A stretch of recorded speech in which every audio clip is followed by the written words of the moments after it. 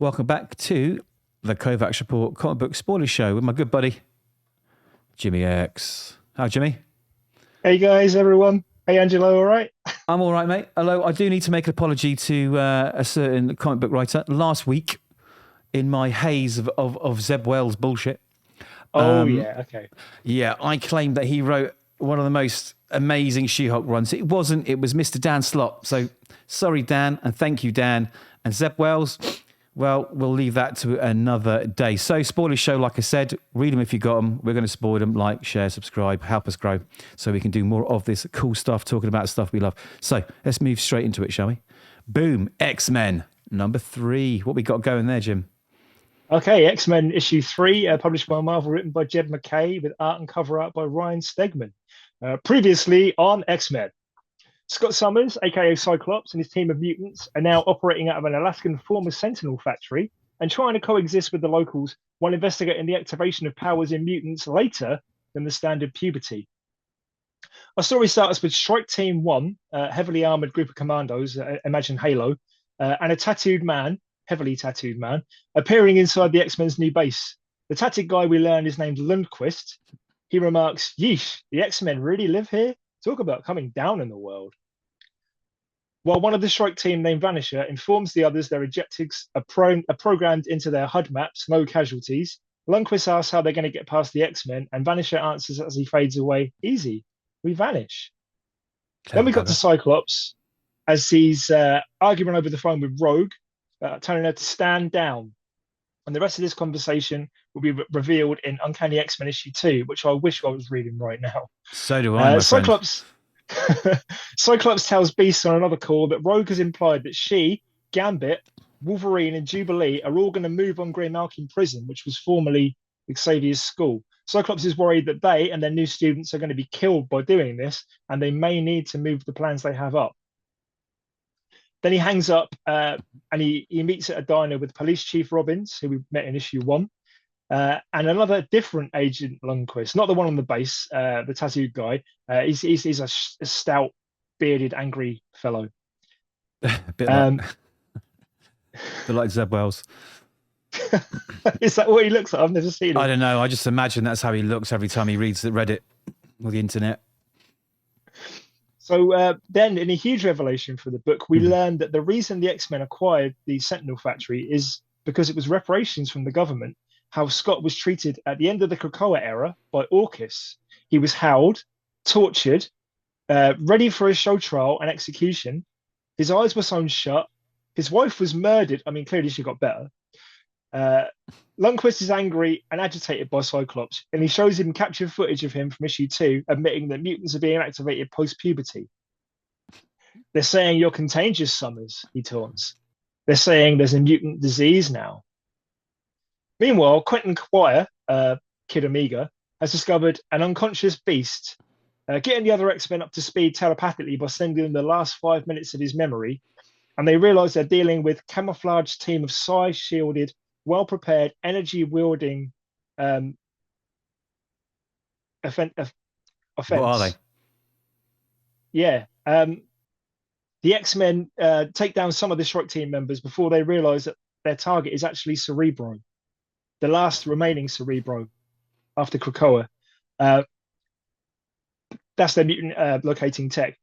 They try to burn brand new X-Men member Temper as she arrives to defend Cerebro. She tells them, "I don't burn you, idiots. I'm the one who moves heat around." And then she freezes the heat from their thermite armor, incapacitating them and saving the day. Back at the diner, Lundquist tells Cyclops a handful of X-Men are not fit to fight the entire US military machine. And Scott tells him, "If it comes to it, I can always call my wife," which is a hell of a flex. Then the other X-Men arrive with Kid Omega holding Lundquist's failed strike team in a pink telepathic bubble, and Scott tells Psylocke to handle the prisoner transfer while he washes his hand of Lundquist. As he enters the washroom, we see him coughing, sweating, panicked, urges himself to get it together and breathe, breathe, breathe. The pressure is really starting to get to him as the issue ends. Yeah, I've really enjoyed this one. This is the first X-Men book actually from Jed MacKay's run that felt like an X-Men book. That he's an Yeah. interesting. I mean, in X-Men, you've got to realize that you're always not far away from a crossover So they're teasing an interesting thing that's happening with the attack on Grey Malkin with Rogue's team. I like the revelation about the reparations, and that was the reason they got the factory. I struggle to find Yeah, stuff wrong but with hold this on a minute. I issue. find that a bit weird. So they're going to say, right, listen, we want to make up to you for some of the bad stuff that's happened. So we're going to give you a place where we built things that came to kill you. It doesn't sound right. It's like Well, giving an ex-con a prison to live in. It's like, basically it's yeah. I kind of glossed over this because I wanted to write a short review, but Lundquist says. Lundquist says that we gave you that factory in good faith, and Cyclops is like, I could have asked for a hell of a lot more, but he didn't. okay, So fair yeah, enough. but Okay, no, I like that. a That good was good start for the stuff. week then. Recommendation. Oh, more X-Men, and not the best. So issue one. Okay. Yeah, issue one by Jeffrey Thorne, art by Marcus Turner. It wasn't too bad actually. It was a bit of fun. Deadpool was there, if I remember rightly. I thought it set it up as a bit of a fun book, and then it just turned to this.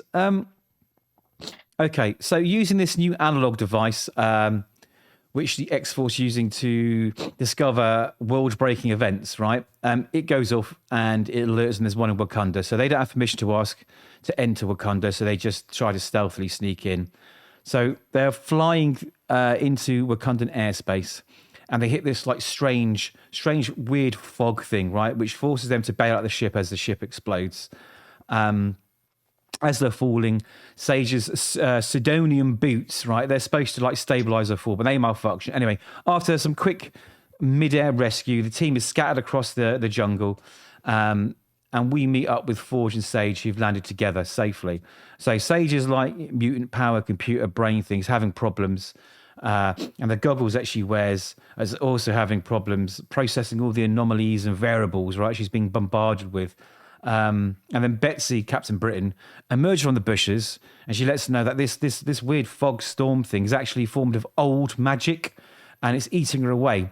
And then she kind of collapses or deteriorates. I'm not quite sure. It doesn't really, I don't know, show you really what's happening there. But anyway, that'll happen. So, but before they could figure out what's going on, before I could, a group of Wakandans turn up, and they all look like they're from the past. They're dressed in what you would wear, thousands of years ago. Now, also included with them is the rest of X Factor, except they're also dressed in costumes of that time period as well, and they're all under the control of this strange magic that's emanating from the fog. Right, so Forge and Sage make a strategic repeat and run for it, and they catch their breath. Forge and Sage, they get this like hollow camo thing that become invisible from the pursuers, which buys them a bit of time to try and figure out what's causing the chaos, and maybe give Forge time to create something. But anyway, the magic fog passes them, and then as they separate, it activates this camo thing, and the Wakandans appear again, speaking in some ancient dialogue. They capture her. They take her to the leader, who's a primal-looking Black Panther. Now, long story short, there's a Nancy drum, which is like this artifact of great power, and he's used it to turn the clock back 10,000 years to a time where everything was pure, Okay, a bit contrived, a bit boring. Anyway, so this magic fog, right, as it drifts across the lands, it changed everything back to like how it was 10,000 years ago. And obviously, if this spreads, it's going to change the world, and oh no, world-altering event. Anyway, Sage grabs a gun from one of the Wakandans who happens to have it on their hip, shoots the drum to try and disrupt the magic, and runs off into the jungle, where she bumps into Surge, and then she snaps Surge out of it by putting her goggles on Surge's head, because for some reason, these goggles prevent her from falling prey to this magic that's in this Right. weird fog. So she sends her off to meet Forge so he can make something that they can use to revert everything, to combat what's going on. Honestly, I completely lost interest here. It just evolves. Forge makes a magic It doesn't drumstick. sound very interesting. Oh, mate. Forge makes a magic drumstick, right? And they run into the camp and he hits the drum. It reverses all the magic. The bad guy's arrested by the Wakandan authorities. And then they tease some other cookie cutter derivative throwaway story in the next issue. Boring. It was over before it started. It's a lazy and amateur. I was disappointed off such a reasonably good issue 1 that promised a lot of fun and adventure thrills. It was just meh, my friend. Meh. Yeah, bit sad about that. That's off my list for a while. Anyway, Mr. Event Guy strikes again. That's it. It's Absolute Power, Task Force 7. Issue 5, published by DC, written by Alex Packnadel, with art and cover art. Let's not forget, Pete Wood's done the cover art for every single issue of this series, and they've all been stunning. But now we get to see his interiors, and Angelo, they're just as good. It's beautiful artwork from Pete Woods here. I'm gonna have to check out more of his stuff. So Barry Allen, the best known hero to call himself the Flash, is running and being pursued at breakneck speed by the Amazo robot Velocity, who's previously absorbed the power of all the other DC speedsters. Barry's the last one standing. Frustratingly for Velocity, he has the speed powers, but as yet he's unable to tap into the Speed Force. And Barry remains just out of reach because of this. We learn through news reports that their chase is a global chase, and it's turned a stretch of the Gobi Desert to glass, pierced a magma chamber in an Icelandic volcano, and before they tear their way into the Flash Museum in Central City, with Barry desperately searching for something. While Velocity's inner monologue tells us Barry Allen should have been a formality, and then he grabs him by the throat. The robot asks himself why Allen bought into the ridiculous shrine for his kind, before Barry accesses the power of the Speed Force and phases out of the Amazo's grasp. Barry's desperately searching for what appears to be a feather in a jar. I'm not a huge Flash fan, so I don't really understand the significance of this. But Velocity destroys it before he can claim his prize. Barry retaliates with a flurry of blows to the face, cracking the robot's red faceplate, revealing the Terminator-style skull underneath. And it's interesting to see that their leader, Failsafe, previously healed himself. The Amazos don't seem to have that ability. Oh, I see. So Barry disappears into the Speed Force. Velocity realizes that he can actually access it by altering the frequency of his vibration. So he enters the Speed Force and he witnesses Barry's memories of the Flash training his young protege Wally West, aka Kid Flash, and Barry overcoming a gunshot wound and reuniting with the love of his life, Iris West, in both flashback and real life, with the issue ending with the chase still continuing, probably into the pages of next week's Absolute Power issue 3. Before our issue ends, though, we catch up with Wonder Woman's boyfriend, Steve Trevor. This has been an ongoing little subplot, as he discovers Wallace using the portal that we talked about last issue to recruit alternative universe bad guys, the Crime Syndicate. Okay. They're a twisted version of the Justice League, to join her crusade against the heroes.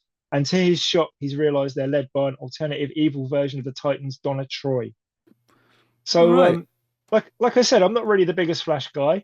I don't read the ongoing, but I like Barry Allen. I watched episodes of the Flash TV show. I liked it. I liked him in Crisis on Infinite Earths, which is a classic story. This is a pretty good story. I enjoyed it. Not quite up to the heights of last issue with Failsafe versus Nightwing, but it's still pretty good. All right. Okay. We'll leave it there then. Good little series, really, right? Yeah. Oh, you bugger! You made me read this, didn't you? I thought you were my Kevin friend. Scott, man. You enjoyed Kevin Scott's. I know. All right, Venom War. Zombiotes I know we agreed number not 1. to cover Venom War, but I thought Kevin Scott, you liked Union Jack, so Yeah, I liked his Union Jack the Ripper, right? Okay, so first of all, it's art by Juan Jose Rip, right? I went into it with high hopes because Kevin Scott was behind it, right? As he seems to have a knack of telling these little fun stories. Do you know what? I'll be honest. Right before we get to the review, it wasn't that bad. okay. It wasn't that bad. No. Okay, so it's New York. Roxxon security van driver is sweating while his partner is buying food at some store. As reports of web-slinging monsters come over the radio, causing death and destruction across the city, right? He's scared shitless and literally jumps out of his skin as his partner bangs on the window to let him in. He says, hey, just relax. It's not like there's a zombie apocalypse. Famous last words, right? Anyway, as a web-slinging symbiote drops from the sky and just starts tearing into them. We jump to the Shocker, who's narrating this story as he watches She-Hulk and Hellcat fighting a horde of zombiotes.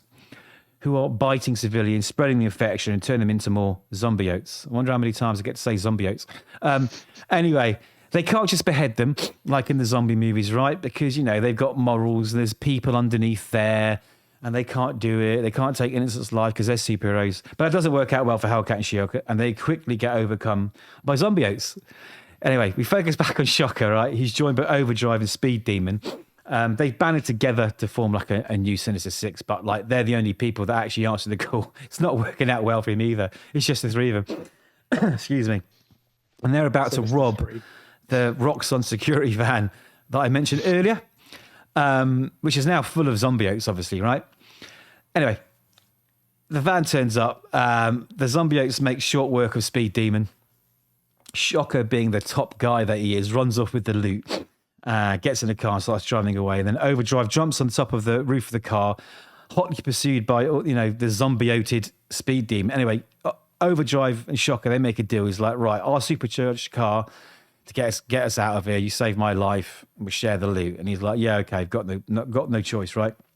Anyway, they go speeding off at super speed and they crash into She-Hulk, funnily enough, where Shocker reveals that the loot is actually a casket belonging to necromancers. But before we can get into the details, Zombiote Hellcat turns up with a horde of hungry zombiotes, all right, and they're hurtling down the road at them, and the issue ends there. So it was all right. It was a light relief and a bit of fun. I didn't mind it all. The art was really nice. It sounds fun. Yeah, it was all right. Zombiotes, I said zombiotes far too many times, but just give it a read. It's a bit of fun. It's not too bad at all, actually. I made it sound worse than it was at the beginning. Okay. Spider-Gwen. You like this book, don't you? I do like this book, yeah. Yeah. Spider-Gwen, The Ghost Spider, issue 4, published by Marvel, written by Stephanie Phillips, art by Paolo Villanelli. He's a new artist starting this issue. And cover art, beautiful cover again by Mark Brooks. Yeah, really nice cover. So exiled under witness protection to our very own 616 universe by the Time Variance Authority, Gwen Stacy, aka Spider-Gwen, finds herself facing off against classic Spider-Man villain Chameleon as their powers both start to fluctuate and veer wildly out of control for an as yet unknown reason. So we start this issue with a sequence of Gwen Stacy web-slinging over New York City, which is a well-used staple in Spider-Man affiliated stories, until her web rope snaps and her web shooters fail, plunging her down to the pavement below until we see her waking from this nightmare. So it was all a dream, basically. Her eyes glowing with unstable blue energy that we've seen affect her before in this book. She hears a smoke alarm and smells smoke, and it's revealed that her spider-adjacent friend, Cindy Moon, aka Silk, is attempting to make her pancakes for breakfast, but has burnt them in the process. Cindy asks about her new powers in the fight that she had against Chameleon, and she answers she doesn't have any new powers, and she can't explain why this is happening to her. Miles and Peter and Silk,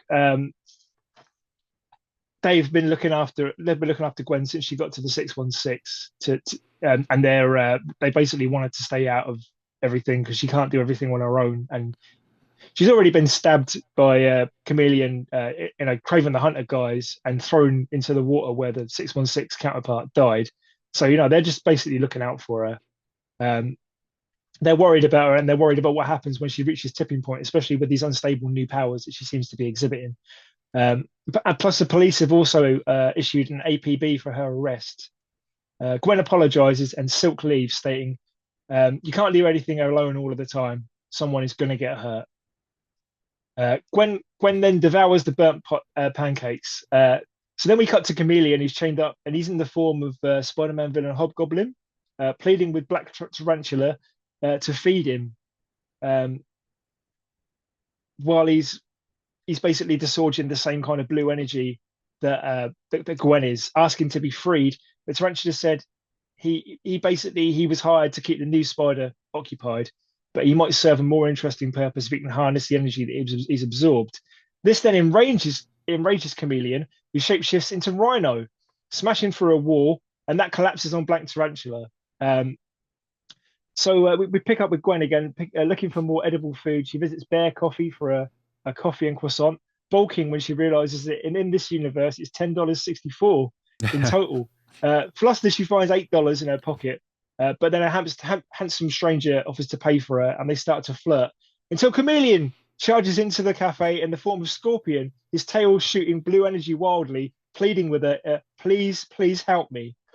Gwen is shocked that he's recognized her Sans costume in the coffee shop, meaning they must have some kind of bigger connection. Reasoning it must be because of the malaise that they share. They start fighting, and then they head up to the rooftops before the NYPD arrive again and open fire on both of them, which is a recurring thing in this book. Scorpion pleads with her again, saying he can't control his power and he really needs her help. Gwen grabs him and they swing off with the police chopper pursuing them across the NYC skyline as the issue ends. This is another solid issue of Spider-Gwen. This sounds fun. The first arc wraps up next month, and I'm looking forward to it. Nice. That's a thumbs up from Jimmy this week, right? Yeah. Brilliant. Okay. Mr. Mark Miller.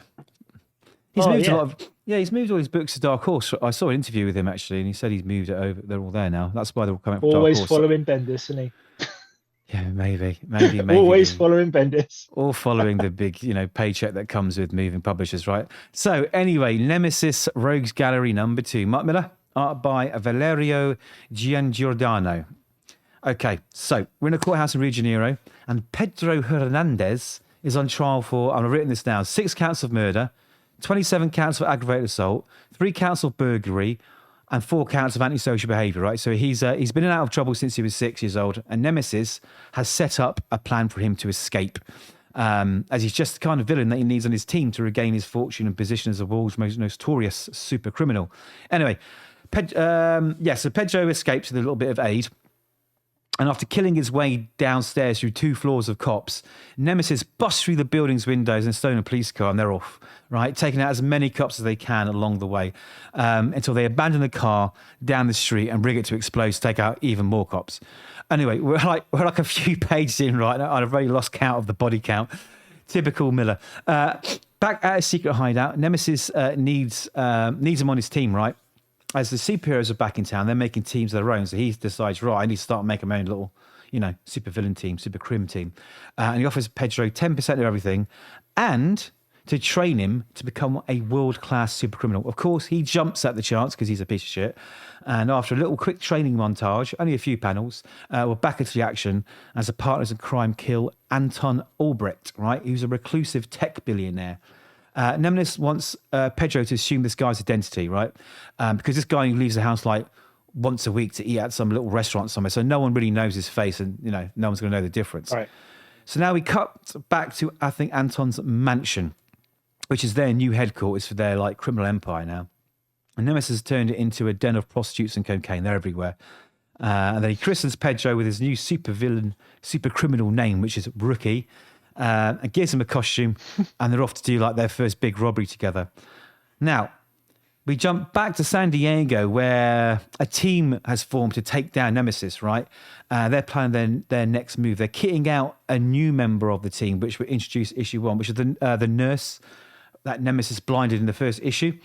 And they're giving him some serious tech, right, which they've stolen from a super criminal arsenal of weapons that was stored in case the superheroes came back. They now have a shitload of weapons, right? And they know what they're going to do with it. When asked how they even knew about it, he's told it's on a need-to-know basis. So there's something going on there. Maybe there's a traitor in the mist. I don't know. Anyway, he's got some tech goggles now that allow him to see again and other stuff. And energy gloves, which can punch through like concrete blocks and convert solar energy into like hard light daggers that you can fire at enemies. Yeah, he's getting badass. Anyway, the team, they want revenge because Nemesis is basically responsible for deaths of lots of their loved ones or making life misery. And they swear the nurse, I didn't write down his name, I forgot, that if he wants to join, he has to swear that he's going to do absolutely anything to bring Nemesis down, which probably means at some point his morals are going to be maybe compromised or, questioned. Anyway, fast-packed, action-packed, classic Miller-style book. Doesn't give 2 fucks. Makes no apologies for it. Loving it. Huge thumbs up from me. It's just another great book from Mark Miller. If you like this style of book, I absolutely loved it. It was really good fun. So I hear you like Moon Knight. It's been well documented. It's true. I think you self-banned yourself from Moon Knight reviews because you felt like you're doing so many. I did, and it's a shame because the last issue of Vengeance in the Moon Knight was a book of the week contender if I had reviewed it. because it Oh, was so good. it's a shame. See, I Anyway, try and mix it up as well because I know this, something's going to be good, right? I don't want to do issue one, yeah, two, yeah, three, yeah. four. I want to get some new number ones in. So I get it. I get it. Oh yeah, Anyway, I'm just trying. I'm trying to mix things up. We'll see yeah. how that goes. But anyway, this is not Vengeance of the Moon Knight. This is Phases of the Moon Knight. This is published by Marvel. This is written two different stories. Erica Schultz and Benjamin Percy, with art by Manuel Garcia and Rod Reyes. Cover art is by Mateus Manahani. So this is an anthology series from different creative teams, telling stories about various people all over the ages to wield the fist of the moon god Khonshu as his Moon Knight. The first story is Once and Future Night by Erica Schultz and Manuel Garcia. We open to a flashback in the Midnight Mission before Mark Spector's death and recent resurrection, seeing violent Moon Knight impersonator Max Coleridge, aka former West Coast Avenger The Shroud, and he's gone there to hesitantly ask for Mark's help before deciding, after he knocks the door, that he's better off going it alone. And we see Moon Knight's proteges Reese and Soldier answer the door to find no one there. Back to Shroud, and he's cutting a swath through various Z-list Moonlight villains. Waxman, anyone? Digger? I can't pronounce this one. Tatterdemalion? Sure. Beating them up, setting them on fire, saying they're all jokers who crossed him over the years and got away with it, but he never forgot them, so who's laughing now?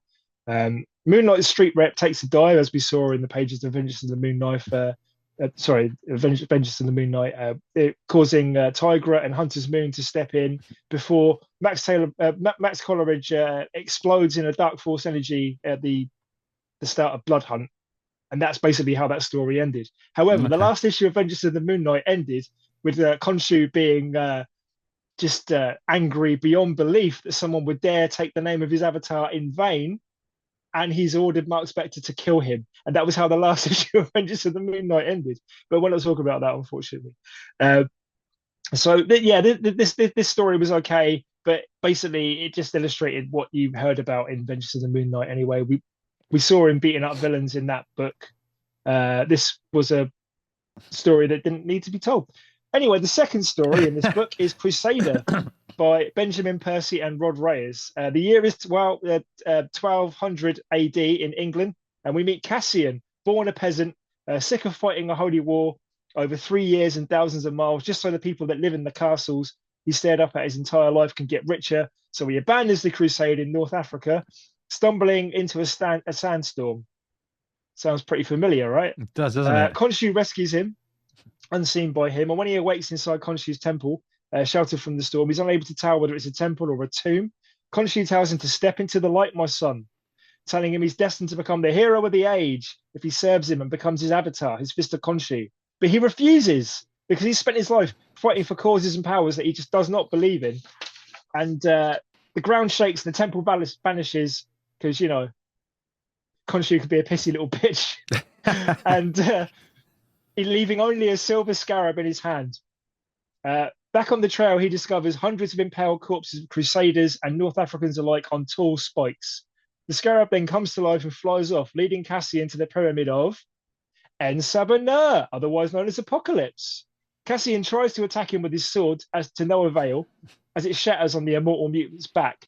Having no other option, he tells Khonshu that he accepts his offer to be his avatar, becoming the Moon Knight, beheading En-Sabah, holding his head aloft as the slaves chant Khonshu's name, and Cassian realizes he's become the very thing that he hated all along. This was an absolutely brilliant story. I want to read more like this. I'm going to carry on picking this book up because different creative teams, 2 stories an issue. Percy's done some good stuff. I didn't love Erica Schultz's story. I didn't think it needed to be told. But yeah, Benjamin Percy's stuff was great. Yeah, excellent. Yeah, Percy's pretty good. Erica Schultz was responsible for that travesty the other week that I remember. She was, yeah. Yeah. And also I read the first issue. I didn't review it because we've had enough Blood Hunt, but I read the first issue of Blood Hunters that she wrote as well, and wow, just not great. Yeah, I don't get it. No, I don't get it. Anyway, let's not go down that rabbit hole because I'll be here forever. All right, so on to a very, very fast review, and not because it's bad, but just because very little happened. Convert is a new #1 print image from John Arcudi. Now, I like John Arcudi. I loved all his work on BPRD, Ape Sapien, all the Mignolaverse books. So I thought I'd give it a go. Science fiction, horror. What can go wrong? Anyway, like I say, it's going to be a quick review. And I think this whole issue could have been contained in the first 3 or 4 pages and then got on to the actual story. But anyway, it's the future. Science officer and artist Orin Catella is stranded on a distant planet, and the rest of his crew have died when the space capsule that they were fixing or doing tests on exploded. It'll take 30 years for a rescue team to get to him because he's that far out. He's got no food. Everything on the planet that you could possibly eat is poisonous. Anyway, we get a little flashback about before the mission. Don't learn too much. And his health starts deteriorating from malnutrition and poison and everything else. His mind goes a bit crazy and he starts speaking to the ghosts of his ex-teammates. And then eventually, when he's just literally a bag of bones, he crawls into like this forest area to basically die. And 3 strange humanoid creatures, inhabitants of the planet, come out of the bushes and stand over him. That's it. Nothing more, nothing less. End of issue 1. So, Okay. Yeah, I mean, art was nice. Like I said, it could have been done in the first few pages. Didn't get me super pumped with this book, but I think, you know what, he's done it for a reason. But I'm going to give it a go. I can't say any more than that, Wow, that was quick. I know, convert number 1. All right, so from sci-fi to sci-fi. Indeed, yes. Void Rivals issue 12, published by Nice. Image and Skybound, written by Robert Kirkman, with art and cover art there by Lorenzo De Felici. So the Agorians and Titonians are 2 warring races who previously worked together to put a giant protective energon generating ring around their planets to protect them from the coming of the Goliath. Oh. Derek and Salila are rivals of the title, and after discovering the forbidden secret their races are virtually identical, they're forced into going on the run together, occasionally encountering Transformers along the way. We start with the leaders of both races, who just happen to be the parents of the rivals, discussing the unity between races is forbidden and must not happen at any cost. But it's still possible. The Titonian official is then informed about the gift of the workings of Energon that Springer just gave to the Titonians last issue at Derek's behest. And we catch up with a wounded bounty hunter, Proximus. He survived his fight with the Autobots, and he's talking to a young boy who's been recruited by the Titonians to fight in their battle. And he explains that his arm and his leg are cybernetic, so even though they're gone, he's okay. Finally, we catch up with the Void Rivals and Springer after the bombshell announcement last issue that they have to part ways, and you can see that on the cover there. Yeah. Salila tells Derek that she's been called by Zerta from inside the ring, and she must find her. Derek gifts her his hand droid in a really, really cool little moment, saying that she's going to need it more than he will, and don't worry, have it back when she returns. She asks him if he'll be okay, and he answers, "I'll be fine because, look, I've traded you for a robot with a giant sword. I'll be fine, trust me." So they embrace to say goodbye in a tender moment, and the energon ports on their foreheads clink together for just a fraction of a second. And then we zoom inside the void, encircled by the energon ring for the first time in this series. Something ancient, hulking, and metallic lurks within the darkness of the void. Oh, wonder what that can be. And then 2 glowing, piercing green eyes open wide, sensing something, and then closing. It's the legendary Goliath both races are so terrified of. And it seems to be, for all intents and purposes, the planet-eating behemoth from Transformers the movie, Unicron. I knew it was going to be Unicron. I geeked out huge to this. I had a suspicion that the Goliath might be Unicron, or maybe it's from the same race that Unicron is from. But yeah, this was the culmination of the second story arc, and this was everything. The fact that Unicron might be in the Energon universe now, I kind of lost. I could see the excitement on your face, Jim. Kirkman, you've done it again. Seriously. So he's going to take a month off, and then we're back in November for issue 13, and we're going for it. A new arc. Because he's bringing the G.I. Joe characters, Cobra last seen in Cobra Commander, into Void Rivals. Pythona is right there on the cover of issue 13. This is going to be this is going to be an amazing arc. I can't wait for more Void Rivals and more Transformers. Amazing. Enough So that's a said. huge thumbs up then, right? Not that I didn't think it was Definitely going to be a done. huge thumbs up. Okay. So, Oh yes. Marvel. I like Aliens. I like Avengers.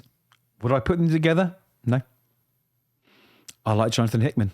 And I like Esad Ribic. Would I put them together? Yes. Because those guys can make magic. Right. So like I say, more Hickman this week. And my huge favourite of mine, Esad Ribic, right? Like I'm not one for these type of crossovers. I always think they're like little cash-ins, like, but I couldn't resist. I couldn't resist with a team like that on board. So get your pulse rifles ready. This is going to be a roller coaster. We're in the future and we're in space, all right? A floating asteroid with what looks like some huge research facility built on it is floating in space. And inside, the Shi'ar have a Kree specimen, as they call him, rigged up to some kind of experimental device with a bloody hole in his chest, like something has burst out of his chest, and a dead face hugger by his feet. They've been experimenting with different races, infecting them with the alien to find a race they can seed, all right? While they're patting themselves on the back, however, Wakandan ships attack. Now, the Wakandans defeat the defense systems and breach the facility, all looking badass in their like armored combat suits, mate. They look so cool. Black Panther is also there with his son, Azari. Anyway, below the asteroid is a black hole that is threatening to cause serious time dilation. So, as a side note, the Wakandans are using this black hole to travel on their missions to defeat, what's going on. And we also learned that the entire Wakandan world has been put into quarantine, and that any risk is worth it to put an end to the threat they are facing as the Xenomorphs suddenly attack Azari, right? And Black Panther. Now, Azari blasts him with some kind of lightning from his eyes, which suggests to me maybe that Storm's his mother. Nicely done, Hickman. Nicely done. Anyways, the aliens go down like sacks of shit, and the Wakandans continue to explore the facility as Black Panther orders the soldiers to find the people responsible, all right? Because he wants to know what's going on. He's not happy.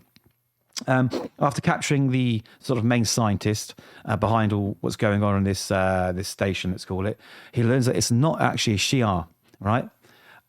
It's actually an android, but we'll get to that in a minute. So this android, they've been weaponizing the aliens, right? And have attacked dozens of planets by infecting the populations with the aliens. And they need to find those planets, quarantine them, and trace anyone who's left the planet because it will take the contagion across the universe, right? So they got a lot of work to do. More than that, they discover one of those planets is Earth. Oh, I know. I was getting super excited at this point. Right, so the reveals don't stop there. Turns out the scientist that I told you about is actually an android, and Black Panther beheads it, taking the head with them. But we see a much, much older, sort of grey-haired T'Challa here on mask, and as they return to the ship, and he speaks to his son about the years that they've spent building a perfect empire of peace and enlightenment, and they must once again fight for survival. Right, it's really building me up. But this book, mate, was just like a roller coaster. We then get to see some of the android's plans, and it explains that a seed probe is sent to a world carrying 4 alien queens' eggs, right, with 12 infected hosts. And that probe bursts off into 4 separate little mini probes, and it lands in 4 different high-density populated areas, right? So they can get the maximum chaos cause. After landing, the aliens construct a hive, and days later, the queens start laying eggs. A week later, the warrior drones go out and attack the cities. And a month later, an endless army of warriors is being like constantly pumped out all over the place. And within a year, it's just a huge planet-raising horde, right? So like at this point, I'm like, oh, this sounds so good. And that's just from one queen, right? Remember, there's 4 sent to each planet. It basically results in extinction for any planet they affect. The inhuman city of Attila has fallen, as has Atlantis and Wakanda, right? The mutants, realizing this was the end of civilization, left Krakoa for Mars, all except Apocalypse, because he ain't going nowhere. He badass. He a badass. Anyway, the only human city that sort of survived was where Old Man Wayland, if you've watched the Alien films, you know who he is, and he's built a city that can withstand the end of the world, right? But we're met with a very, very old Bruce Banner and Carol Danvers, Miss Marvel, Captain Marvel there. We discover Johnny Storm and Sue Storm are dead. Franklin and Ben have vanished. And Reed Richards, on his deathbed, asks Bruce to look after Valeria, who seems to be late returning for a mission and really worrying Bruce. Bruce tells Carol the city is a tomb. It only has a few weeks left before the aliens overcome their defenses. But Miss Marvel says when that day comes, she will muster all her power and explode, making it a pyre, not a tomb. As a helmet comm lets her know that Valeria is coming hot with aliens everywhere. Banner hulks out, leaps to a location where he's met with Miles Morales, and they rescue Valeria, right? Who is now 45 years old. You can feel the sort of unlikely father-daughter relationship there, and you feel the love between the two of them. I thought it was really nicely done. Anyway, like I say, they've rescued Valeria, and they've got to race back to the city because she has acquired an alien egg. Valeria reveals all the failed attempts at like trying to beat the aliens over the years, all the things they've tried, and she realized that the only way to stop them now is create a virus that kills the eggs, because there's nothing else you can do once you're infected. Bruce is concerned this might mutate into something worse, but Valeria is insistent that if they want it to get any worse, she needs to start creating this alien-killing virus. So, let her be. Let her get on with work. Bruce and Wayland discuss what to do next, whether or not to continue the fight or abandon Earth. And I get the feeling Bruce doesn't like Wayland very much, obviously. It's probably his fault the aliens are here in the first place. Afterwards, Bruce takes Valeria some food, but she's locked herself in her lab. And Bruce panics. He looks through the window and overrides the security to get in. That doesn't work. So he hulks out, smashes way into the lab, where a holographic message from Valeria says that she got infected while stealing this egg and not to open the door. But it's too late. The Xenomorph attacks the Hulk, right? They have a little fight, he fucking tears it apart, but it escapes and gets away. As the containment alarms are going off, and Valeria dead on the floor, Miles Morales and Miss Marvel, turn up. They rush in and they all start searching for a face hugger. This is where it gets really exciting, right? But one of them claims Miles as its new host. So you think, oh my God, you think it's all over. They decide they're going to have to burn him, right? Because there's no way you can stop the infection from spreading. There's no way they can save him. However, Miles' black spider suit, right, in this weird sort of venom-like goo, shrouds the face hugger, all right, and shrouds the face hugger, and a little red spider logo appears up the face hugger, and it says, "We don't like this body, but it will do for now." And I was like, oh my God, a Venom Xenomorph like face hugger. Anyways, what it leaves behind is Miles in this pure white suit, like reminiscent of like Hickman's Fantastic Four suits, actually. So it could probably be, the technology he used to make the suit, the unstable molecules. I don't know. Anyway, I'm mind blown already. Anyway, it gets better. So this weird face hugger symbiote Venom thing slides into liquid form all over the chest and part of Miles's costume, revealing this big black spider logo. Oh, it's like, oh my God, this is so good. And Miles is in complete control of everything that's going on. Not infected. The symbiote isn't controlling him. He's badass, and he's got a new costume. I mean, the issue ends with him just looking badass as hell, right? And he's saying, right, we got to get the hell off this planet. Fucking brilliant, right? I'm swearing because it's that good. I absolutely loved it. Story, exceptional art, everything. What absolute delight. 40-odd pages of pure bliss, right? Excitement, intrigue. One of the best books I've read from Marvel in many years. And one that I least expected to be good, which is always good and surprising. And considering what's going on with symbiotes in the Venomverse, an amazing way to incorporate symbiotes into a story and make it new and interesting. So I'm going to jump straight to book of the week. Aliens versus Avengers. Amazing. You, Jim, I can guess probably. Yeah, it's Void Rivals. Void Rivals, right. Brilliant. Right, guys, check this out. So next week, what are you looking forward to, my friend? I'm looking forward to issue 3 of Absolute Power because the cover by Dan Morrow looks badass. It's Batman, and he's holding up a silver batarang, and reflected in that is Failsafe. So we're going to finally get that rematch by the looks of it. And then I'm going to talk about a book I haven't talked about before. Oh, yeah, I'm what's really that? loving. Tom King's Helen of Windhorn, issue 4. Okay. You haven't Yeah. talked about that for a while, have you? No. I haven't talked about Helen of Windhorn since you've been recording. So, yeah. It's going to be Okay, good. I look forward to it. Me, I'm looking forward to it next week. Actually, we got the Blood Brothers Mother #2 because #1 was absolutely stellar. Oh, yeah. Might have been my book of the week. Can't remember. We got Birds of Prey, which I'm always looking forward to, and one of the best new books out there in years, Dawn Runner. So, and yes. Mugshots, another great book. I know in the next same week's week. great. I know, but you know Wow. what? They punish us with Ultimates for, and there's some other #1s we can look into as well. But that's it for this week. Let us know what you think. I don't always tear books apart, but you know what? At least I'm honest. So say goodbye, Jim. We'll catch you next week, guys. Goodbye, everyone. Take care. See you later.